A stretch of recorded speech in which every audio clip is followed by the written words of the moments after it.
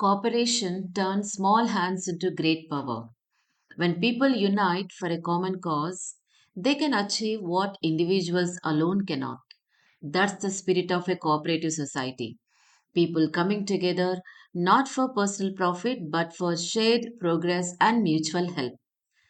Now, let's explore the strengths that make cooperatives special and the challenges that sometimes hold them back. Let's begin with one of the biggest strengths, easy formation. Forming a cooperative is simple and people friendly.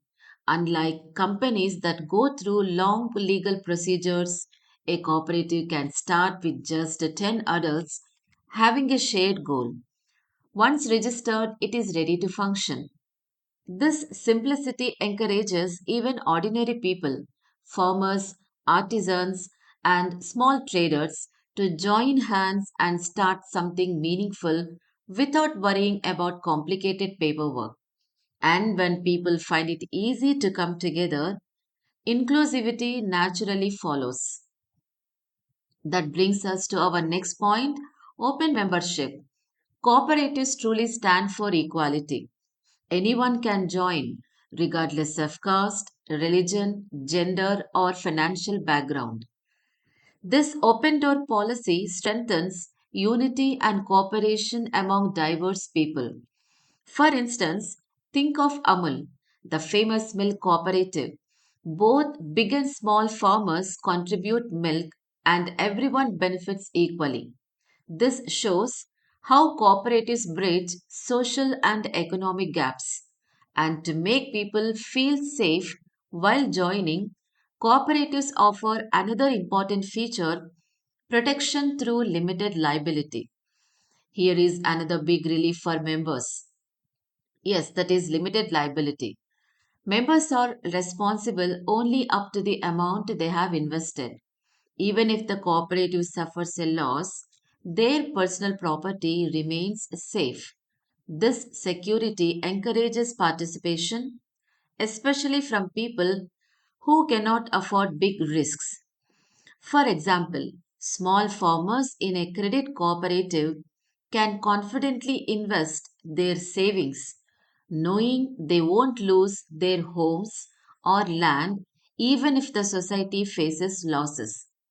With this safety net in place, members can focus on what really matters, working together efficiently and fairly. That's where the next merit comes in, democratic management. A cooperative is managed democratically, meaning one member, one vote. Decisions are made collectively, not by a few powerful people. This ensures fairness and equal say for everyone, regardless of how much they invest. For instance, in a housing cooperative, both low income worker and a rich businessman get the same voting right in meetings. This keeps power balanced and trust strong. And when people manage together, they also learn something valuable, the habit of saving and supporting one another. Cooperatives don't just teach teamwork, they also promote self help and savings. Members learn to depend on their own efforts rather than money lenders. For example, a cooperative credit society collects small savings from members and gives loans at low interest. This system encourages financial discipline and reduces dependence on outsiders, a big step toward economic independence. And as members become stronger financially, cooperatives also make markets fairer for them, which leads us to the next merit, elimination of middlemen. One of the most practical advantages is the elimination of middlemen. Cooperatives deal directly between producers and consumers, cutting out traders who often exploit both sides. For instance, a farmers marketing cooperative can sell produce directly to urban buyers. Farmers earn more and consumers get fresh products at fair prices. This transparency and fairness strengthen trust and keep the market stable.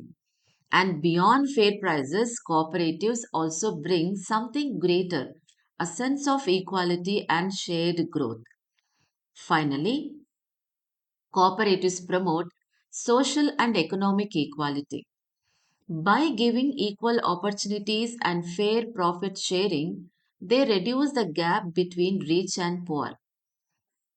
For example, in dairy cooperatives, small and large farmers earn based on the milk they supply, not their social status. This fair system uplifts weaker sections and builds a community where everyone moves forward together. But just like any organization, cooperatives face their share of challenges too. Let's look at some of them. Lack of business experience. This is the first challenge of cooperatives.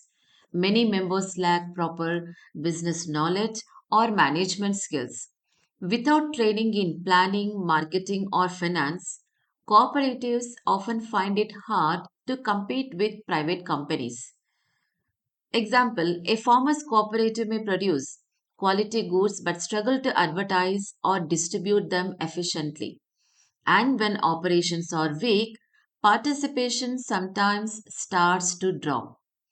In the beginning, members are full of enthusiasm, attending meetings and contributing ideas, but over time, interest often fades.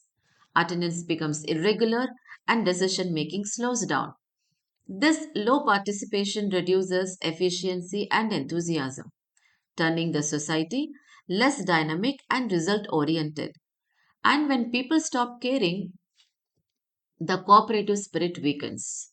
And the other challenge is absence of true cooperative spirit. Sometimes members forget the real purpose cooperation. People interests, politics, or favoritism may take over. When this happens, unity breaks down and the society loses its direction. For instance, if a few members try to use funds for their own benefit, others lose trust and teamwork disappears. And when trust weakens, conflicts soon follow. Another challenge, internal conflicts and poor coordination. Too many differing opinions can lead to quarrels or poor coordination. Disagreements between leaders or groups delay decisions and harm productivity. For example, two rival groups fighting over leadership can completely halt the cooperative's progress. And sometimes, weak leadership leads to even bigger problems, corruption and mismanagement. Yes, corruption and mismanagement is another challenge in cooperatives. If there is poor supervision, misuse of funds, or favoritism, which may occur, once corruption enters, trust, the lifeblood of a cooperative, quickly fades. Example, a few officials might grant loans only to their friends, causing unfairness and loss of faith among other members. And when control is weak, even the openness of cooperatives can turn into a disadvantage. Lack of secrecy. Cooperatives maintain transparency, which is good, but too much openness can hurt in business. Since all members have access to records, sensitive information like pricing or supply deals may leak. Example, if competitors learn a cooperative's pricing strategy, they can easily undercut and steal its customers. And when returns are also limited, members start losing motivation. Yes, this is another limitation, low motivation and limited returns. Cooperatives focus on service more than profit. While that is noble, it means returns are often small, leading to less enthusiasm among members. Example, workers in a cooperative factory might work less actively compared to private employees who earn performance bonuses. And because of limited profits, many cooperatives become dependent on external help. Another challenge, dependence on government support. Cooperatives often rely on government grants, loans, or subsidies. While support helps in the beginning, over dependence reduces initiative and self reliance. Example: if the government stops financial aid, many cooperatives find it difficult to function independently. To sum up, cooperative societies are where business meets brotherhood. They show that success doesn't have to come from competition. It can grow beautifully through cooperation, equality, and shared effort.